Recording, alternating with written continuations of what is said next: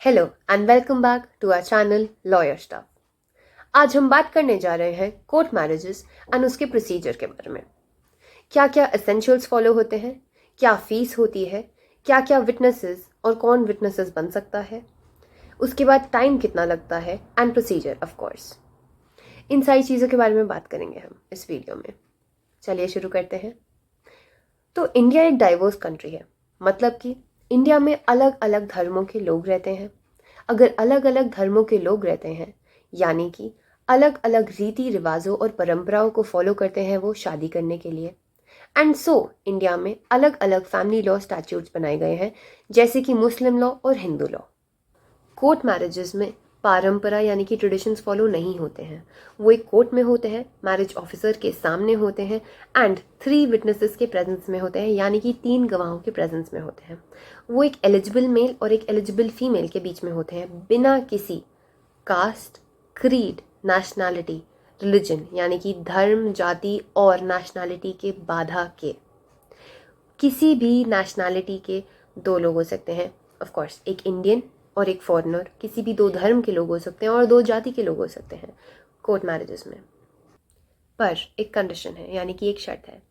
Special marriage Act 1954 में कुछ essentials दे रखे हैं जो कि सेटिस्फाई करना बहुत इंपॉर्टेंट है, तभी वो कोर्ट मैरिज एक वैलिड कोर्ट मैरिज कहलाई जाएगी।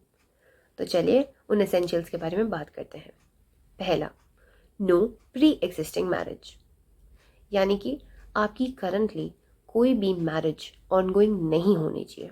हाँ, आप पहले शादीशुदा हो सकते हैं, बट जो आपका स्पाउस है या तो वो लिविंग नहीं है या उसका डाइवोर्स हो चुका है आपके साथ। दूसरा, वैलिड कंसेंट, बहुत इंपॉर्टेंट है।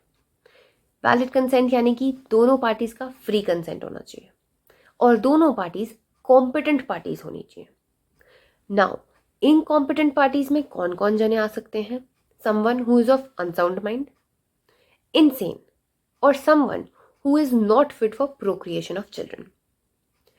Let's go on the next, that is age, another very important essential.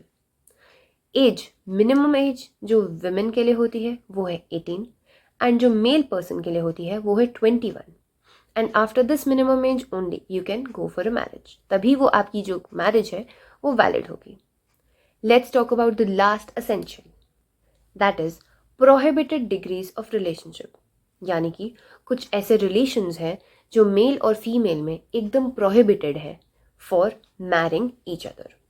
For example मैं दे देती हूँ, दैट इज भाई बहन। भाई बहन में शादी is prohibited and these prohibited relationships are mentioned in schedule 1 of this act, that is Special marriage Act 1954। But of course there is some exception to it. अगर आपके रिलीजन में, आपके कस्टम और प्रैक्टिसेस में ऐसा चलता है, then in that case those relationships will be allowed for marrying each other. अब हम बात करते हैं उन डॉक्यूमेंट्स के बारे में जो हमें कोर्ट मैरिज के लिए रिक्वायर्ड होंगे। फर्स्ट, मैरिज एप्लीकेशन फॉर्म जो कि दोनों पार्टीज ने साइन किया होगा। Second, fees receipt of that marriage application form. Third, date of birth proof. आप डेट ऑफ बर्थ प्रूफ में अपना बर्थ सर्टिफिकेट लगा सकते हो, 10th सर्टिफिकेट लगा सकते हो और पासपोर्ट भी लगा सकते हो। Fourth, that is residential proof. Aadhaar card can be put, voter ID card, ration card और driving licence. The last document that is required is affidavit, जो कि दोनों पार्टीज को ही फाइल करनी पड़ेगी और साइन भी करना पड़ेगा। उस एफिडेविट में मेनली क्या क्या कंटेंट्स रिक्वायर्ड होंगे या क्या क्या डेटा मेंशन्ड होगा, that is date of birth proof, 2 passport size photographs of each bride and groom, then marital status क्या है, unmarried, divorced or widowed or widower. If you are divorced, then you need to attach a copy of the divorce decree. अगर आप widower और widowed हो तो आपको एक death certificate attach करना पड़ेगा एंड आपको एक डेक्लेरेशन देनी पड़ेगी कि जो आपका रिलेशन है that does not come under the prohibited degrees of relation. Our next question comes is who all can become the witness in the court marriage? कौन कौन witness बन सकता है? Friend, family और colleague, ये 3 लोग, ये 3 जने, ये 3 रिलेशन आपके witness बन सकते हैं कोर्ट मैरिज में। चलिए चलते हैं नेक्स्ट पार्ट पे, that is fees of the court marriage. Usually 500 to 1000 के बीच में रेंज करती है, बट इट इज़ एडवाइज्ड कि आप स्टेट वाइज चेक कर लें, क्योंकि समटाइम्स द कैप इंक्रीजेस और डिक्रीजेस एज वेल। बट क्योंकि लॉयर्स हर एक चीज़ को ध्यान से देख के करते हैं and they take all the responsibility to complete all the documents, so they charge 10,000 to 15,000। कितना टाइम लगता है कोर्ट मैरिज के प्रोसीजर को कंप्लीट होने में एंड कोर्ट मैरिज को कंप्लीट होने में? 30 to 90 डेज का टोटल टाइम पीरियड है। 30 to 90 डेज क्यों लगता है? क्योंकि जब एक नोटिस दिया जाता है इंटेंशन को दिखाने के लिए कि हाँ जी ये दोनों शादी कर रहे हैं, इनका इंटेंट है शादी करना, तो एक नोटिस डाला जाता है। उस नोटिस के बाद 30 डेज का पीरियड देते हैं जिसके अंदर कोई भी आके ऑब्लिगेशन रेज कर सकता है। ये उन्होंने टाइम इसलिए दिया है because there are lot of people who might not have been divorced, or who have a spouse and still they are marrying, or someone who has not given their consent but he is forcefully or she is forcefully marrying them. Moving on to the last part of this video, that is procedure of court marriage. 6 simple steps हैं, पहले मैं list down कर देती हूँ फिर brief करूँगी। The first one is notice of the intended marriage. जो दूसरा है वो है publication इस notice का। The third one is objections on this notice. The fourth one is declaration by parties and the witnesses. The fifth one is the form and place of the solemnization. And the last and the final one is the marriage certificate.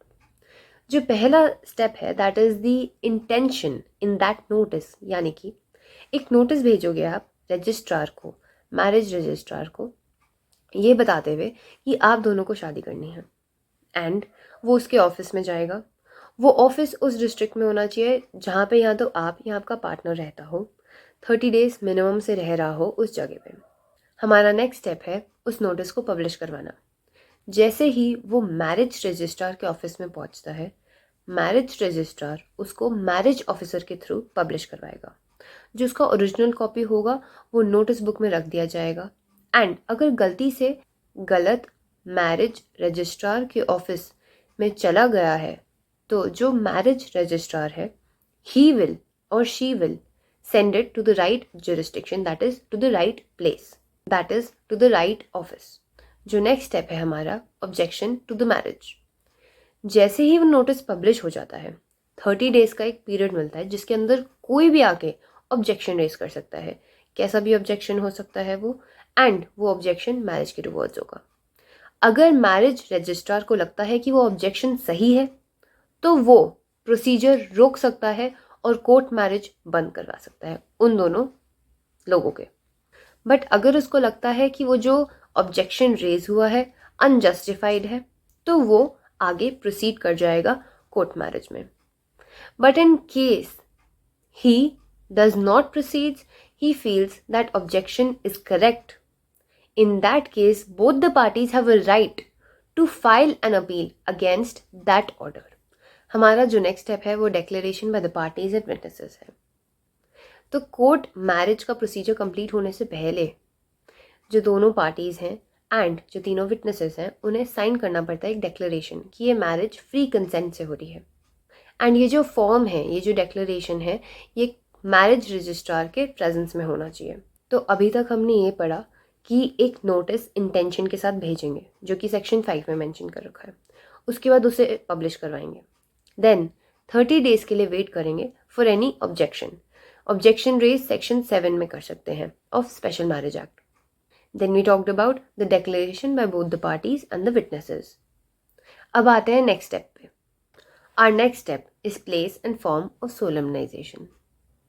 जो court marriage होती है वो या तो marriage registrar के office में हो सकती है, नहीं तो कोई भी रीजनेबल डिस्टेंस पे हो सकती है। सोलमनाइजेशन ऑनलाइन भी होती है, as we all know everything is getting online, and also the fact that you can complete the process online after paying the fees. And the last step for this procedure is marriage certificate. Once all the rules and regulations have been followed and everything has been done, all the steps have been followed, then the marriage registrar enters all the important details in the marriage certificate according to the Schedule 4 of the Act. The marriage certificate is the full and final proof of the validity of the marriage. It is a valid marriage statement that is signed by both the parties and all the witnesses. This marriage certificate can also be downloaded online. With this, I would like to conclude my video. Like, share and subscribe for more informational content. Till then, adios amigos.